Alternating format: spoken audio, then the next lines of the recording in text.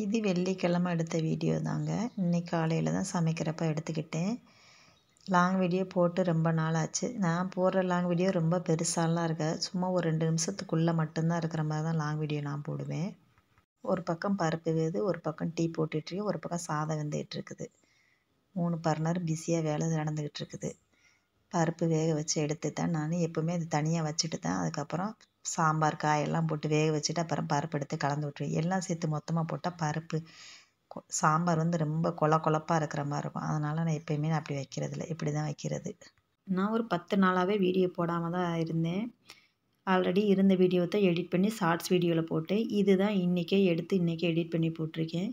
ஏன் போடலைன்ற காரணம்னா, எங்கள் அப்பா ஹாஸ்பிட்டலில் அட்மிட் ஆகியிருந்தாங்க ஆப்ரேஷனுக்காக. ஆப்ரேஷனும் நல்லபடியாக முடிஞ்சிச்சு. நல்லா தான் இருந்தாங்க. திடீர்னு இதாகிட்டாங்க, எங்கள் அப்பா இறந்துட்டாங்க. அந்த இறந்த வருத்தத்துலேருந்து என்னால் மீண்டு வரவே முடியல. காலையில் தூங்கி எழுந்திரிச்சோடனே எங்கள் அப்பா நினைவு தான் வரும் எனக்கு. அவ்வளோ அழுகை வரும் எங்கள் அப்பாவை நினச்சிட்டாலேவும். இது நாள் வரைக்கும் பெற்ற பிள்ளைங்க எந்த ஒரு பிள்ளைகளுக்குமே எந்த ஒரு கஷ்டம் கொடுக்காம வந்திருக்காங்க.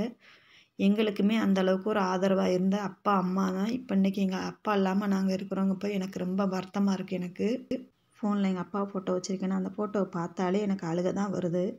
எப்போ அந்த கஷ்டத்துலேருந்து நான் மீண்டு வர போகிறேன்னு தெரியல. இதை வீடியோவில் சொல்லலாமா வேண்டாமான்னு நினச்சேன். நம்ம வீடியோவும் ஒரு 10-200 பேர் பார்க்குறவங்களுக்காக தான் இதை சொல்லிக்கலாமேன்னு சொன்னேன். சின்ன பிள்ளைகள்லேருந்து நாங்கள் வளர்ந்து வந்த வீட்டில் அப்பா அம்மா அக்கா தங்கச்சியோடு இருந்தோம். இன்றைக்கி அந்த வீட்டில் வந்து இன்றைக்கி நம்ம அப்பா இல்லை அப்படின்றத என்னால் ஏற்றுக்கவே முடியலை. நம்ம அப்பா நம்ம வீட்டில் இருக்கிறாங்க அப்படின்ற மாதிரி நினப்பில் தான் இங்கே இருக்குது. எங்கள் அப்பா இறந்துட்டாங்க அப்படின்ற மாதிரியே எனக்கு இங்கேருந்து பார்க்குறப்ப தோணலை. ஆல்ரெடி ஊருக்கு போயிட்டு வரப்போ எங்கள் அப்பா இன்றைக்கி இல்லைன்னு நினச்சி ரொம்ப மன வருத்தத்தோடு தான் நான் கிளம்பி வந்தேன். திரும்ப வந்து வீட்டுக்கு போகிறப்ப ரொம்ப கஷ்டமாக இருக்கும். எங்கள் அப்பா அந்த வீட்டில் இல்லையேன்னு எனக்கு அழுகை தான் வரும்.